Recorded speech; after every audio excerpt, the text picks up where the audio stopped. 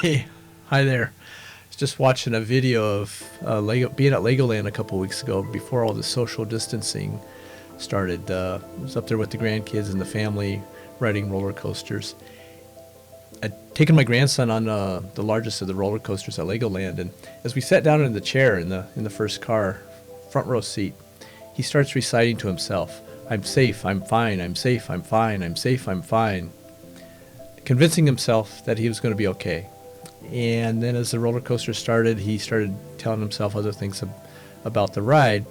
And as we got off, as many youngsters might do, he says, "Let's do that again." Again. So we walked right around, got right back in line, and got in that roller coaster all over again with a whole different experience for him. He was engaged with excitement and not any concern of fear that he was talking about anyway. So he shifted from the scariness of the uncertainty of what this ride unfolds for him into, hey, this is fun, this is exciting. So that's bringing us to why we're here today, why I'm talking with you. The current uncertainty around the COVID-19 virus and the social distancing, or as the way I like to call it, compassionate retreat, affects all of us. Many are having to make significant alterations and changes in our lifestyle and our interactions with family members, community members, co-workers, people that we serve, our loved ones. So this video is meant to offer some online information and suggestions and support for first responders and their families in navigating the uncertainty and the anxiety of what's before us. Parents, mental health workers, and public safety workers share some of the same qualities. All in our own unique ways. We're all caregivers and healers. Often caregivers give and sacrifice themselves for others and may not seize upon the moments to send in the same compassion to themselves. If you find some of this information useful, click the bell to subscribe to this channel. Additional resources will be listed down below. So one of the first qualities, strategies that we can use when we're leaning in toward the scariness that comes with uncertainty is to acknowledge it. Not to deny it, not to push it away, not to ignore it. Acknowledge that it's here and that it's present now. And from that point, use that as a basis then to start some very concrete practices that we're all capable of doing. Sometimes some might be more challenging than others. The first is staying connected with family, friends, coworkers, our faith leaders, our support groups, our peer supporters, our community. However that's going to play out. And social distancing, compassionate retreats are creating challenges around that, but they're also offering more opportunity. And it's more of like my grandson on the roller coaster. What do we make of it? Is the opportunity scary, or can we find it exciting to find new ways to stay connected and create new connections that maybe we hadn't thought of before? Maintaining connection is at our core of being human.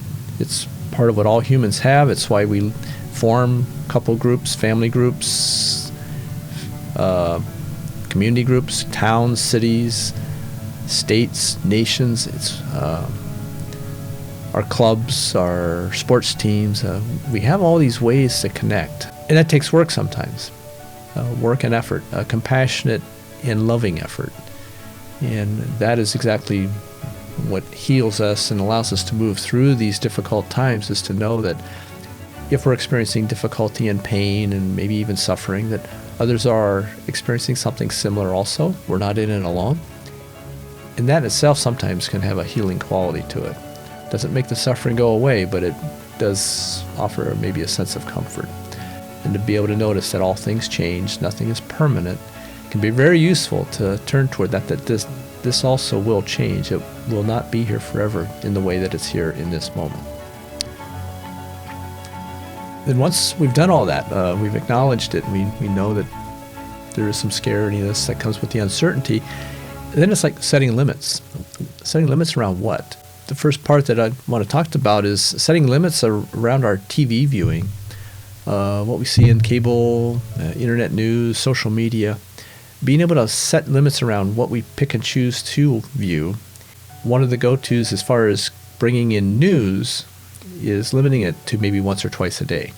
Setting a boundary for yourself and for your loved ones if the kids are at home and that sort of thing. But then also limiting the amount of time spent talking about the COVID virus. And that's hard to do because it's on everybody's mind. It's prevalent. We've changed the way we even move through our own houses. We're washing our hands and not touching our faces if we can remember not to. We're wiping down surfaces. If we go out, we do certain things. It's in our constant awareness, so the conversations frequently easily go toward that. I myself have found that it's easy to shift into that with my wife. It can be challenging, but to limit that and be aware of it and talking about other things, because there are a lot of other things going on in the world besides the COVID virus. People are still having babies and experiencing joys and excitements and other joyful moments. Many of my friends that I am staying connected with are letting me know that and sharing with me that they're finding joyful moments out on nature, on walks that they're taking, or they'll find jokes and they'll share jokes through whatever mechanisms we're staying connected on. That's all still present while the virus is out doing what viruses do. They spread. They make people sick. But not all people will get sick, and not all people will die that catch it. And to be able to find space for all of that and it won't last forever, that can be useful. And that's just another way of setting limits, of recognizing that not everything lasts forever. Nothing will last forever. All things change, and this will change also. As you're turning toward the types of information you're getting, noticing where you get your sources. The suggestion here is to, if possible, get the information around the virus from CDC, the Centers of Disease Control, or the World Health Organization, from the local county health departments, maybe even from the Department of the First Responder of the family. Trying to get the source information rather than stuff that's been spun and interpolated and extrapolated and regurgitated and spewed at us through the social media, through the news channels, or whatever it is. Teasing out most of those agencies, the CDC, the World Health Organization, and the health departments, are spending a lot of effort and a lot of time to try to present it out to us so that we lay people can understand complex medical information and the statistics that are coming out. Being able to do that also while limiting the exposure. If you're going to look, try to seek out reliable source information. Then with all this, having honest and authentic discussions within the family units about how life is changing at home. The first responders are moving out, going to work, leaving the families behind to engage with social distancing, and they're out not doing that. They're engaged out in the community, exposing themselves to things, whatever's out there. Most public service jobs, fire service, paramedics, police service, law enforcement, come as an element of danger anyway. And somehow families learn how to navigate that. This is a whole new layer, being able to discuss what that means to the families and also the first responder, what that's like, what it's like for the first responder to leave the families behind to go engage with this noble career and then re-engage as they come back and what they bring with them, what practices they have. Most departments are offering and training to all the first responders on what to do, how to do it. Do they strip off down in the garage and bag things up? Do they just come in the house and toss the dirty clothes in with the rest of the dirty clothes? You know, what's going on? Ask them. Come up with your own processes and practices around it. So after we've set limits, or while we're setting limits, another challenge for us then is to stay engaged with the here and now, the present moment. This sounds easy. What's here now? Anybody that's ever been around me much, they will hear me ask that very often. But what does that really mean? Our minds tend to do a wonderful job of taking our thoughts into the past or the future. They do that wonderfully. And too much future thinking tends to fuel anxiety and worries. Too much rumination and thinking on the past oftentimes generates self-shaming thoughts, depression, and maybe even more anxiety. And they both can affect our mood in a very harsh and negative way. It can become too much. So our minds wander, that's what they do. And they'll move away from, we're wonderful time travelers. We're quite capable of time traveling just within our own minds and our own experiences. So being able to notice that, being in the here and now, what's here now, and how do we get there? So I'm going to offer you some hints that you might be engaged with too much future thinking often lands with what ifs. You know, the what if questions. Well, what if you bring the virus home? What if I get sick? What if the kids never go back to school? What if I lose my job? We come up with all these scenarios in our mind, and if we allow ourselves to follow the question, we start perseverating on it and get wrapped around it, and it starts bringing in the anxieties and the worries of it. So to acknowledge that the what if shows up, it's here, all right, there's a present moment awareness. I just had a thought, well, what if? Possibly thinking about other scenarios in life where what ifs have been dealt with. Most of us that live in California are familiar with earthquakes. Many of us have felt earthquakes. Some have been through some pretty big ones. Yet we have plans on what to do with them. We've done what if scenarios for our individual relationships with them. In schools, we train on earthquake drills. Each of the first responder agencies that all the first responders work for have volumes of material set down, plans, contingencies, scenarios of what if. And then they put it up on the shelf, and they don't have to worry about it. They can take it out, dust it out, look at it once in a while, know that it's there, but they can put it away and just know that they have a plan, they have a contingency. We can do the same thing with our personal what ifs. What if the schools don't reconvene until September? Well, we can say, okay, what then? And we start pulling it in closer. And we can start teasing it out and coming up with the what then. From the what if, what then? And we come up with an answer. What then? And we can create our own plans around the what ifs, knowing that if they get here, we have a plan in place, but if they don't get here, we don't need to worry about the plan. We just leave it up on the shelf in the book.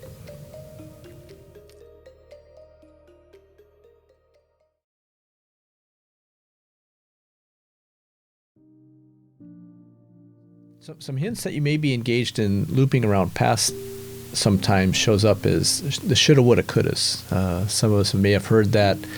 I first became aware of it way back in high school from my psychology teacher. She used to call it infection of the shoulder, that we should all over ourselves.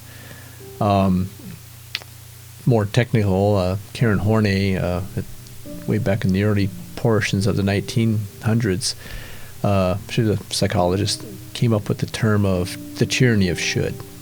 Creates all sorts of anxieties and worries and upsets for us, and even fuels our depressions. Things like, I should have put more money away aside for emergencies. Maybe I shouldn't have invested in that particular stock. It was too risky.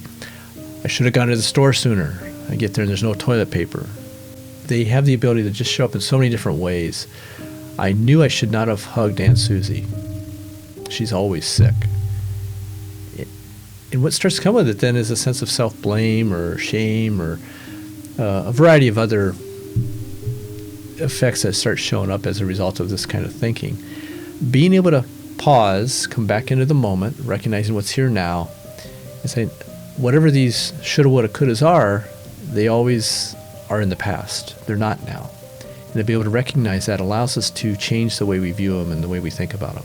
They do set up an inner dialogue, something like, I'm a bad parent, I'm a failure, I'm a disappointment. It shows up in many different ways. We are quite capable of bringing in or activating, I like to call it an inner critic. Other people use a similar term. People that do first responder work oftentimes have a very powerful inner critic. They are harder on themselves than others are. And parents can do that also when they feel like they haven't been the best parent that they can be. They sometimes can be harsh on themselves. So acknowledging that these thoughts exist is not the same as believing them. We don't have to believe them, but it can be useful to acknowledge that they're there, so then we can do something with them. So what can we do? What I'd like you to do is, let's do it right now. Let's practice it. That's taking a mindful pause. And the simplicity of this is simply shifting awareness to your feet. If you're seated, to your buttocks sitting on the seat, on the chair, on the sofa, and just noticing what's present. The pressure of the feet resting on the floor or the body resting in the seat. And then also, while you're noticing this, drawing in a deep breath, fully inflating the lungs, holding it for about 4 seconds, for a count of 4. Then slowly releasing it through the mouth with awareness.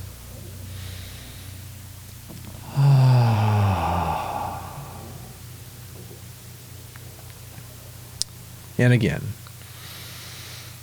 1, 2, 3, 4. You can do this as often as you find that it's useful. This is called grounding. There's many other ways that we can ground ourselves, but what we're doing is we're drawing our awareness into the body and the breath. The body is always in the present moment. It's never in the past. It's not in the future. It's here now. Everything we experience in the body is a present moment experience. So the simplest way to be here and now is to take a breath, find the feet, notice the body present somehow. And there's many other ways. We can notice the sounds in the room, or we can look around ourselves in the environment and notice objects in the room of colors and shapes and textures, smells, aromas. A lot of ways that we can come into the present moment and watch what shows up with the thoughts. Should have done this, should have done that. Well, what if this happens? But there's all sorts of inner dialogue that can start showing up as we do this. Now, let's talk about what's under your control and how do you know? With awareness and attention, we start to realize that uncertainty is not having control that creates so much of our upsets. We like to have control. We get a sense of control around certain things. And there's a reality that we don't really control much.